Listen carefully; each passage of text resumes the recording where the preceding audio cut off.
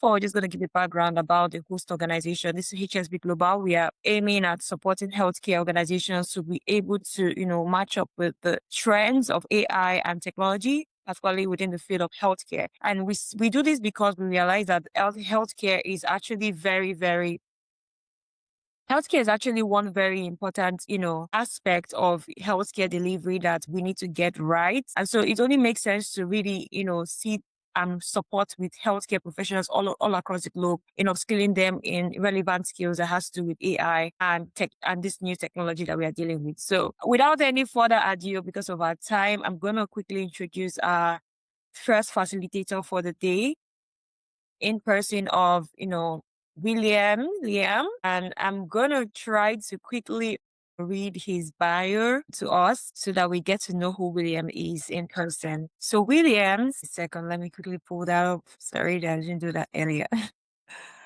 Okay. Well, in the meantime, please let us know where you're joining us from in the chat box. It's going to be an engaging session. You're going to learn something new about AI and AI in healthcare, and also how you can use it.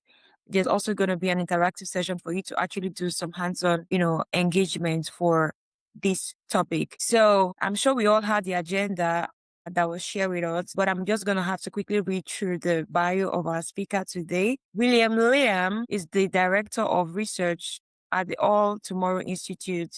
He's a human-centered AI researcher. Just last week, he just came back from Spain from a human computer interaction, workshop that he had to train a lot of healthcare professionals and leaders on his research, like exposing them to his research on, this topic. Liam is a social science and healthcare PhD candidate at Northwestern University in the United States, and is the director of research at the All Tomorrow Institute.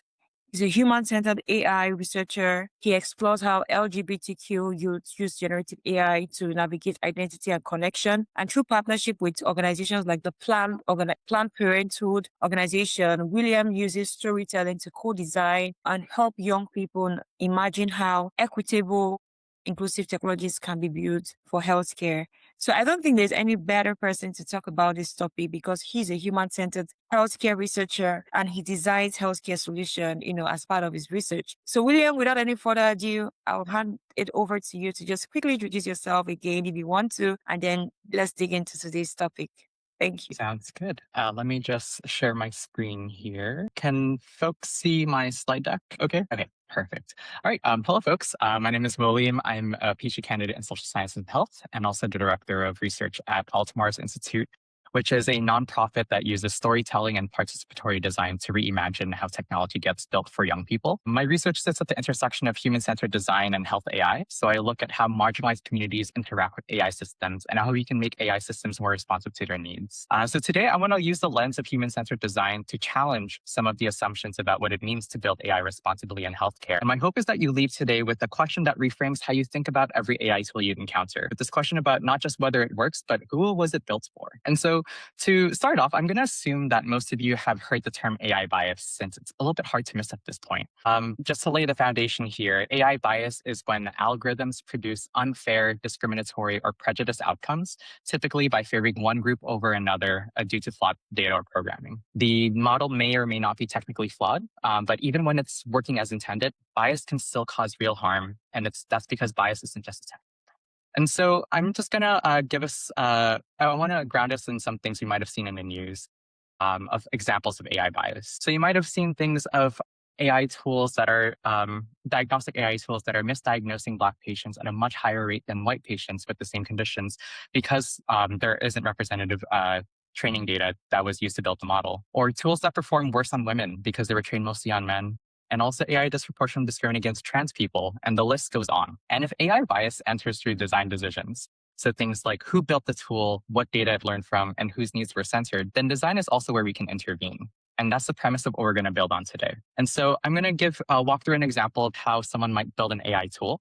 And then we're going to walk through some kind of like bias mitigation strategies. So how does an AI model building process actually work? Well, let me just walk through a simple example. So imagine that you have a team of researchers at a large urban hospital that wants to build an AI tool to help clinicians detect early signs of sepsis. Sepsis is a life-threatening condition where the body's immune response to an infection spirals out of control and then starts damaging your own organs.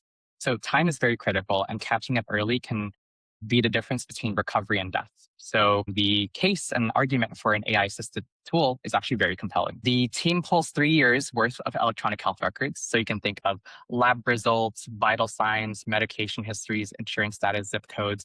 These are very robust data sets.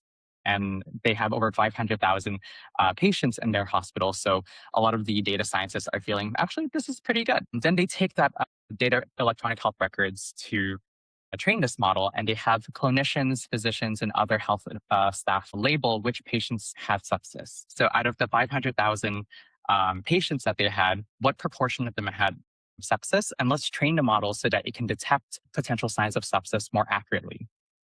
And let's say hypothetically they develop this model, and let's say it's like 90% accurate overall. Hospital administrators and leadership feel like, hey, this is actually pretty good. They start using it in this one hospital, and they just start to deploy it through not just that one hospital, but their entire network. So let's pause here. Where might have things gone wrong? And when you're thinking about bias and how it can get seeped into AI models, feel free to either unmute yourself or add it here. Thank you, Williams. I'm not sure we got your question. Is it from the sepsis detection flow or in general, like bias? Yeah, so maybe I can just work forward here and maybe so we can spend more time with the activity later.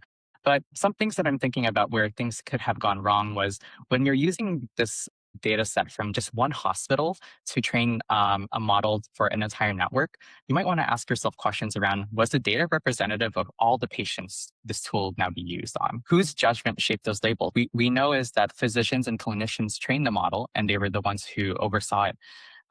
But were patients also consulted to share some of their experience to provide some qualitative insights and data to the model? Some other things that we might also try to ask and wonder is, we saw that the model had 90% accuracy, but what does that actually mean? Is it just on average? Is it 90% accurate just for some patients, for all patients? And what does it mean for it to perform well? And so these aren't hypothetical concerns. They're decisions that were made at specific points of development process. And so I want to show here this framework, which is like one example of the field's efforts towards bias identification. So the core argument behind this is that bias can enter at any stage in building this model, from when you collect your data, from how you label your data, from how you train and build the model, to how you evaluate it and deploy it.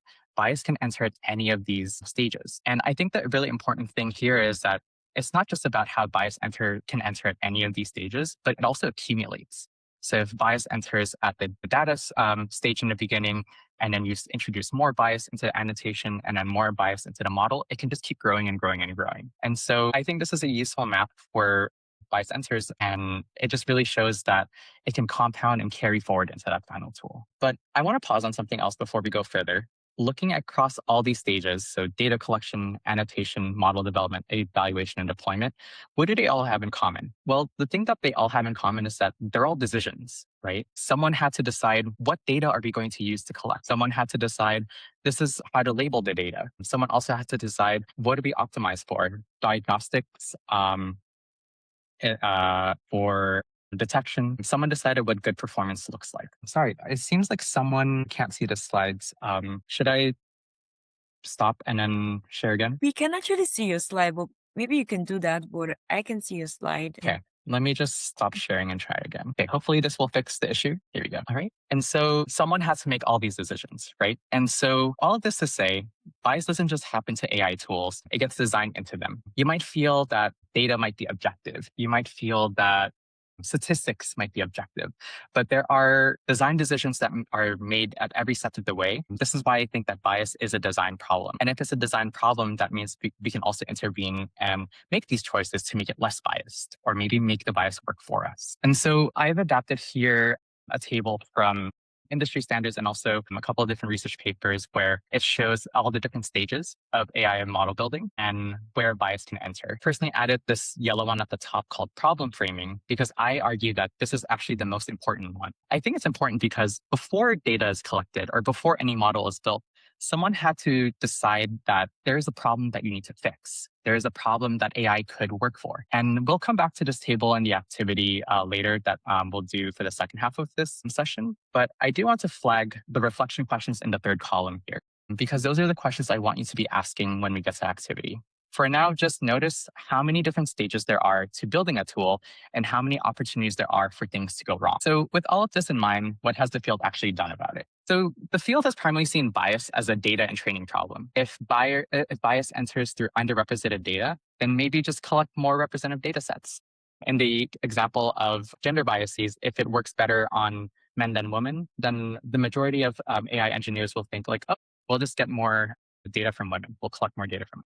If the model looks accurate on paper, but you're not sure for whom, just try to break down the model performance by race, gender, and age and see if the performance is still good. And I'm not saying that these are wrong. I think diverse data sets matter.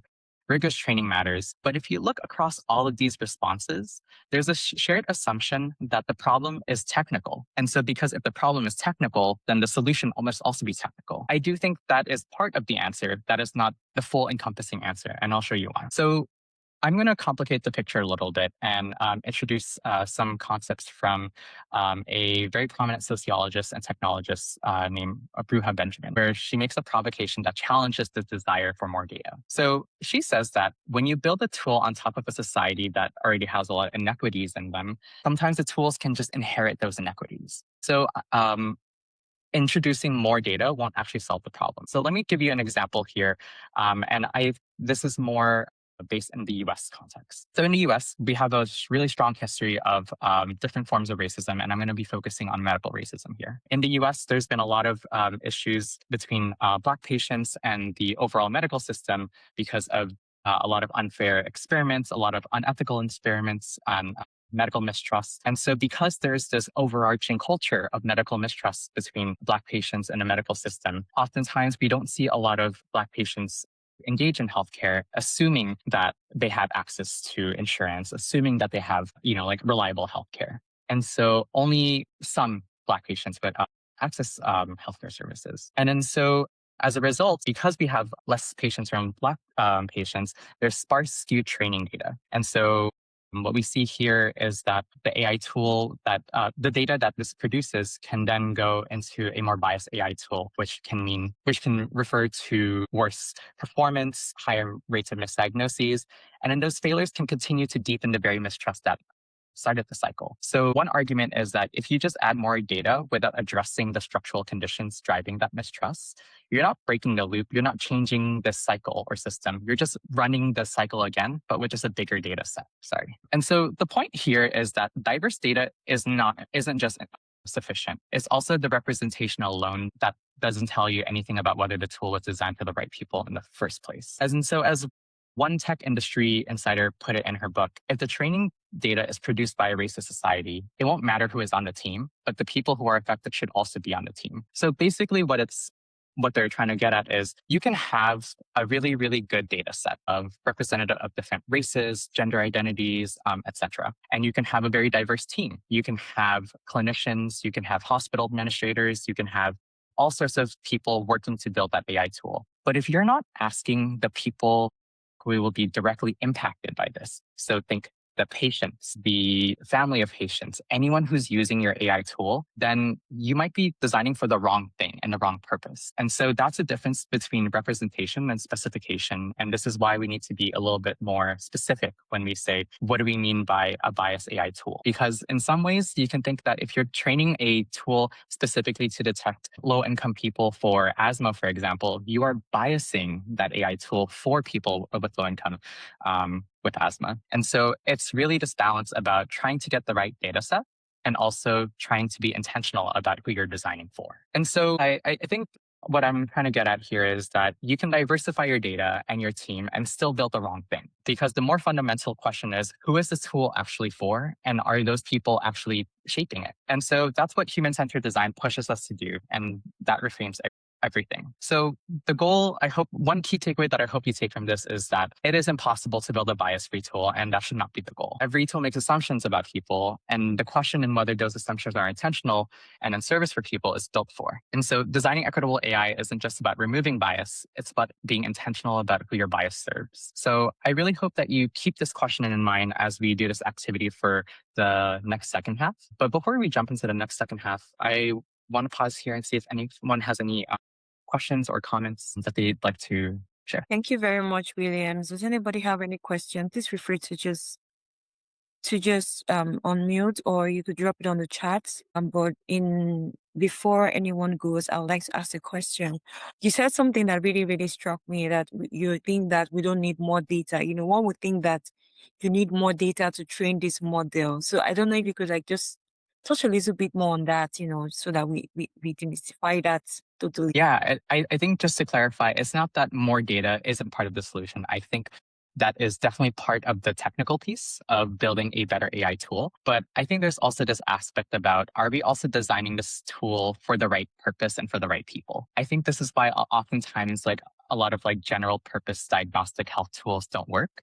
Or like maybe they might reproduce biases or might perform poorly because we're not being intentional about who is this AI tool supposed to help? Is it supposed to help a specific population? Is it supposed to help detect things more accurately? Is it supposed to help people get connected to services? I think we need to be more specific when we're designing AI tools because oftentimes there's this idea that like, oh, it's a very powerful tool. It can do everything, which is partially true. It is a very powerful tool. It can do a lot of different things, but AI is only as good as the people designing it. And if the people designing it don't know what your patient's needs are or what struggles and challenges your patients face, then the AI tool is going to be blind to that. And so we need to be intentional about how we're designing these tools to reflect the needs of the people that we're trying to help. Awesome. Thank you very much. I think a lot of our audience who actually like registered for this webinar are really like, still like trying to figure out how to use AI in their day-to-day operations, in their different fields. Some of them are, across different specialty, right? So what would be your recommendation in terms of like, even thinking through that human-centered approach? How would you recommend that we approach, taking steps, right, to really identify the need for patients or even in our current operational workflow? If you could just give us like a step-to-step guide on how to do that. Yeah, I feel like oftentimes what we hear in the industry is there's this pressure to adopt AI. You might get left behind if you don't use AI. To me, at least, as like a human-centered AI researcher working in this field for the last couple of years, I feel like that is kind of like a hype. It's causing a lot of fears that people can adopt AI. And I think you see that often where a lot of companies are just introducing AI features and tools into their services without really giving like a proper justification. Oftentimes what we hear a lot from people in this space is like, did we even need AI for this? And so human-centered design is always asking us questions, making us ask questions about what are the needs and who are they for? So for example, like even with the term like, oh, we want to optimize efficiency with AI. What are you trying to optimize? What are you currently doing right now that AI could help? And will it actually be helpful? Is it worth to invest the time and energy to integrate and deploy these tools? Or is this just something that you're kind of like afraid of being left behind? And what does it even mean to be left behind if we're still not so sure how to best integrate AI? And so I know that's not like the most practical or like precise answer. But I think really needing to ask ourselves, what is AI for? And not just trying to like AIify everything can be one step in the right direction. Awesome. Thank you very much. It seems like there aren't any other questions. So maybe we can jump into the activities, which I'll explain what to do before we go into the breakout rooms. So over here, I will give you all access to the slides because there's this table here that can help you reflect on the different stages of the AI development pipeline. And then, so this is like a resource. You don't have to take a screenshot or memorize this. Like you will have access to this. This will be used as a reference for a little activity that we're going to be doing. With this activity, we're going to be splitting into groups of 4. And each group will get a case study, a vignette. So this is a fictional project of AI in health. And so these projects will intentionally contain gaps in responsible AI practices. So they're intentionally designed to be wrong, riddled with issues. And so your task is to answer these 3 questions. The first one is, whose needs were censored in the design process and whose were invisible? So thinking about who was this tool designed for, and did they consult the actual people who this tool needed to be designed for? Second question is, who is this tool most likely to fail? And what would that failure look like in practice? And the third one is, what would one meaningful human-centered design intervention look like at any stage of this tool development? So basically for number 3, just thinking about like, what would be the most useful change or intervention that you think that we can make to make this tool more equitable and useful for patients. And so why don't we break out into groups of 4, but before we do that, I'm going to drop this link here. This link will contain the Google Doc where people can be writing their, and it should also contain the link to the slides. So if folks can just click on that and then go to your breakout rooms, that would be great. Okay, so we're going to just assign the breakout rooms. Because of the number of people we have here, just going to have 2 breakout rooms. So the link should be out. So we've already assigned you. So just please select your breakout room and let's get started. Thank you. Perfect. All right. Azine, I think we should probably budget like 15 minutes for the breakout rooms and then 15 minutes to come back. So maybe 20 minutes for the breakout rooms and then 10 minutes to get back. We can check in later, I guess.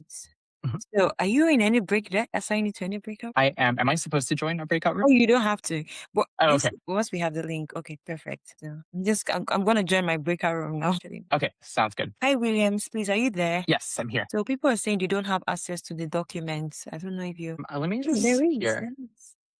I dropped it in the link here. I'm gonna share it in the chat again. Let me jump into group 2s and then drop it over there. Okay. Actually, someone put me in one of the groups, and then I'll just drop the link there. I see. Bilkisu, you're not in any group. Let me see if we can add you to the group. Inisi, Linda, Victoria. Can you guys join your group? Just click. You'll find the join breakout room on the chat on the screen. Sorry, I can't find it on my screen. Let me try to put you in.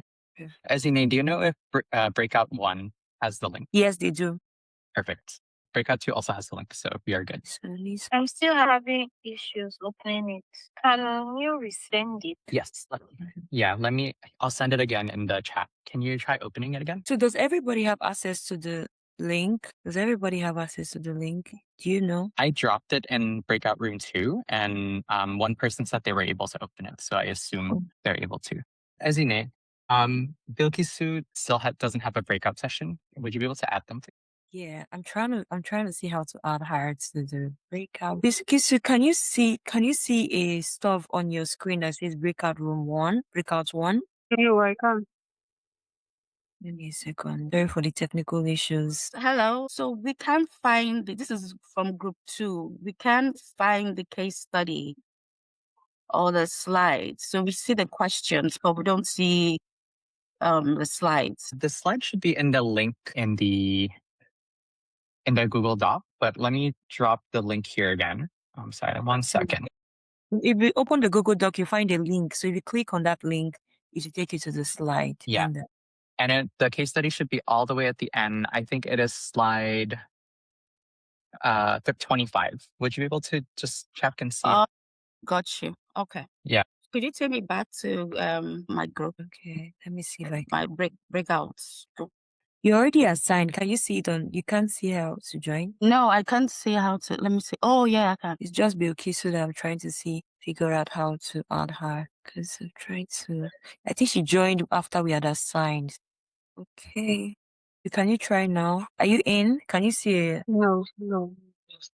You can't see it pop up on your screen because I've pulled you into breakout room 1. I can't see anything. Okay, so maybe yourself and Williams will probably do it together. Okay. Williams, please, you might just working out you because I don't know how to assign her. I think I'm trying to figure it out. So you here will work with Williams. Thank you. Sure, no problem. Let me share my screen then. Maybe we could just be group 3 then. Screen. Right. So for this activity, we have 3 questions that we want to answer. 1 second. Let me grab this out. So so in this example, a large urban health system has partnered with a tech company to address social determinants of health among patients who frequently return to the hospital. Your team has developed this app called ConnectWell, which recommends referrals to local social services. So you can think of housing support, food assistance, or transportation programs based on patterns in the electronic health record. The goal of this app is to reduce preventable hospital visits by helping patients access non-clinical services that support overall well-being. The model is trained on 3 years of EHR data, including clinician notes, ICD codes, visit history, zip code, insurance status, and prior social work involvement. And no direct input was collected from patients or community-based organizations during development. So And some of the design decisions here, the tool uses electronic health record data to flag patients who are likely to have unmet social needs based on past utilization and neighborhood indices. Social workers have received a ranked list of patients the model recommends for follow-up and referral. And the model prioritizes patients who have had multiple hospital visits, but few prior social work encounters, assuming they're underconnected. So I guess we can start with the first question in our activity. Whose needs were centered in the design process and whose were invisible?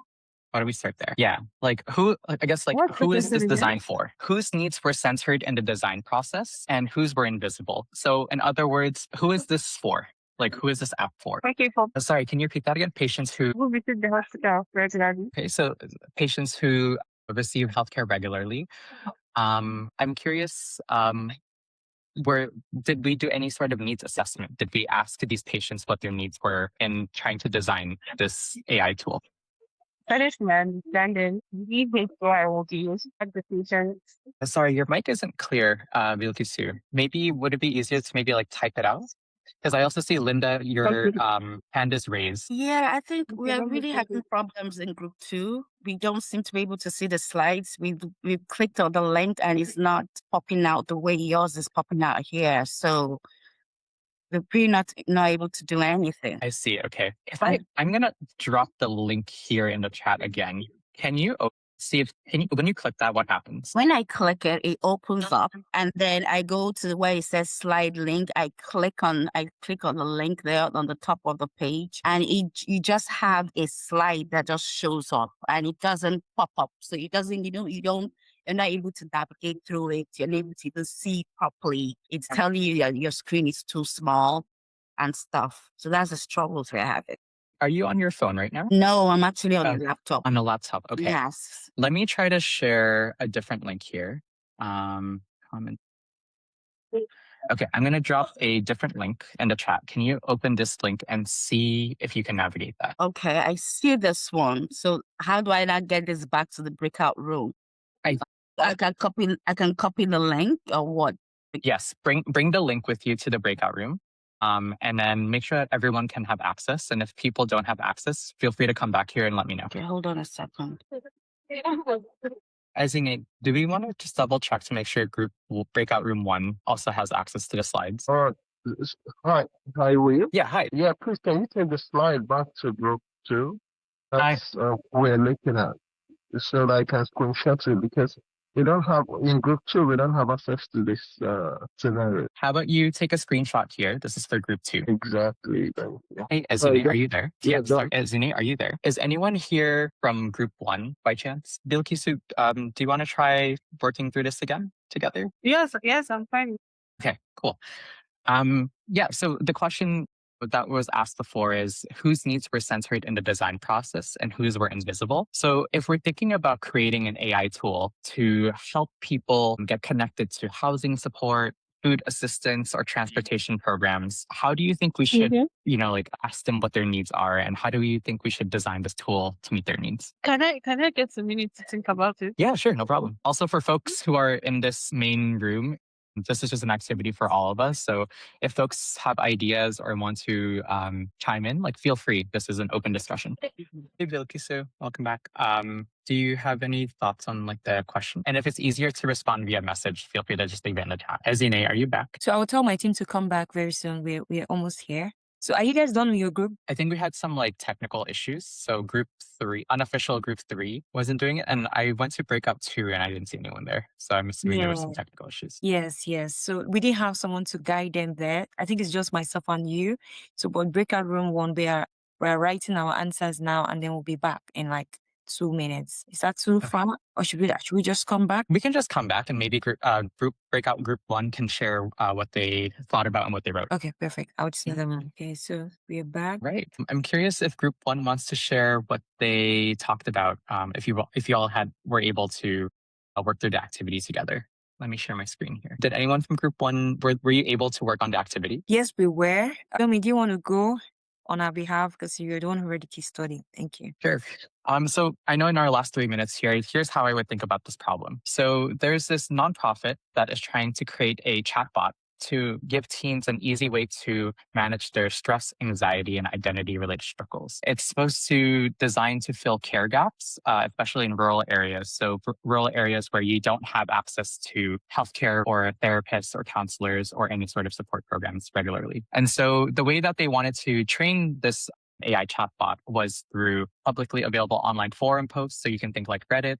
They also have some licensed so cognitive behavioral therapy manuals, and also some de-identified transcripts from adult therapy. And so some of the design choices that were made is that they wanted the chatbot to offer encouragement and self-help tips, but they also wanted to avoid medical diagnosis. So if you go on this chatbot, it's not supposed to tell you that you have depression, but it's supposed to help you with your bad mood or your anxiety levels. And so some other safety features focus on flagging suicidal ideation. So if a teen were to use this tool and then they started to show some indications of suicide, then it would flag it and then show it to the nonprofit. And so with the first question of whose needs were censored in the design process, over here, they didn't talk to any teenagers. They just went to online forum posts. They tried to look at therapy transcripts from adults. They didn't talk to anyone who lived in a rural area or who are teens that experience stress. So itself is already a big gap in how this AI tool is designed, because it's making assumptions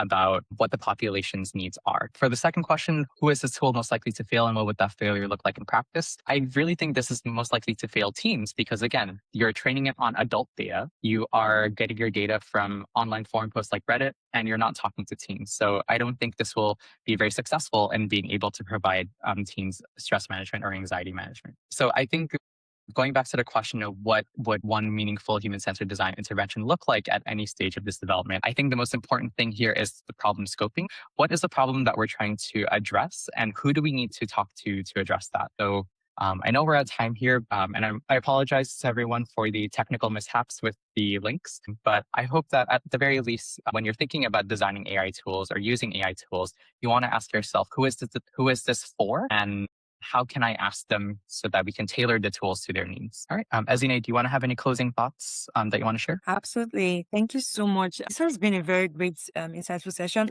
I also want to apologize on behalf of, us for the technical glitches we had. We had like with the breakout rooms thing because we didn't really plan the number of, rooms we had to have. I think my group, we were able to discuss those questions, and thank you, Williams, for sharing that with us. We were able to discuss those questions, and we were able to identify the design needs for the different AI solutions. So definitely it was worth the conversation, and we want to thank you, Williams, for just the opportunity to be able to learn from you today. But I just want to ask, just before we close out, if anybody has any question for Williams before he goes from today's session, or what's our key takeaway in quotes? I have a question, please. Okay, perfect. Let's go ahead. Please, Mr. Williams, I would like to, as we move through this program, I just want to have, if there are any more resources you could share over AI use in healthcare. I personally am a registered nurse practicing in Nigeria, but I would like to get involved in the ethics and governance of AI in healthcare. That's the precise role I'm going for when it comes to AI applications in healthcare. So looking at this program so far, I can see that it's kind of tailored towards addressing, so particularly with all the medical biases you discussed earlier. So I don't know, as we move forward, there are also other resources you can share that might be useful. Yeah. I think especially when it comes to AI governance and ethics, that's such a big and broad field. My recommendation is if there's a specific population that you want to work with, so I understand that you're a registered nurse.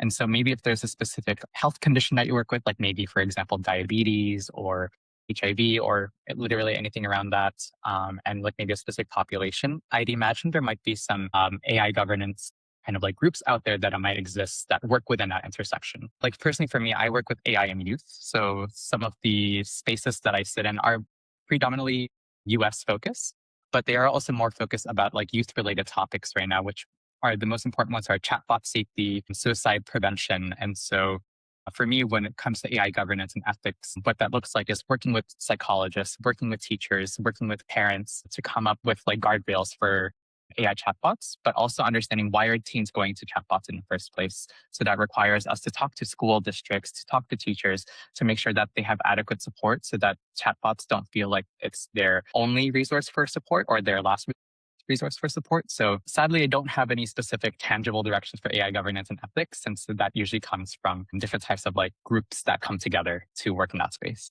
Thank you very much. That's good to hear. I will take your suggestion and advice into account. Awesome. Any other question for William before he goes from anyone, please? Okay, perfect. Thank God we have these resources, and we definitely will go back to really think about the basics of designing solutions, right? Because oftentimes we just think, I just want to have a chat box, but we don't think about it from different aspects: the users, the ethics, the governance, like we just talked about, the analysis of the outputs, who bears the liability, what happens when AI is biased, and all of these things. And so this has been a very phenomenal session. Personally, I've learned a couple of things. Even the thing you talked about, do we really need more data? We need data that is less biased. I think that question is something that I'm personally going to do some research on. So thank you so much, Williams. How can we reach you if we want to connect with you? You know, where do we find you if any of the participants want to reach out for further conversation? Yeah, for sure. Feel free to find me on LinkedIn. I can also drop my profile in the chat in case folks want to get connected. But yeah, I'm happy for further conversations. And if I have any resources or ability to connect you to people, I'm more than happy to do so. Awesome. Thank you so much. So today's session was on designing AI in healthcare with care. Healthcare with care. I really love that topic. And so tomorrow is going to be a lot more hands-on. We're going to actually be building some bots, some, models. We're actually going to be going through prompt engineering. But actually, it's going to be very hands-on. So if you've never really built anything in AI or built a model or built a bot, come ready, because our facilitator is ready to put you hands-on through this experience. So please feel free to invite your friends, anyone you think will benefit from just this knowledge on how to build solutions for healthcare. We've learned the basics. I'm glad we've gone through it. So just learn the basics of designing and the things we need to take into consideration. So, but tomorrow is going to be a lot more hands-on. So thank you everyone for joining. Thank you so much, Williams. And I think we can call it a day here and see you guys tomorrow. Thank you and bye. All right, thank you all. Take care. Bye.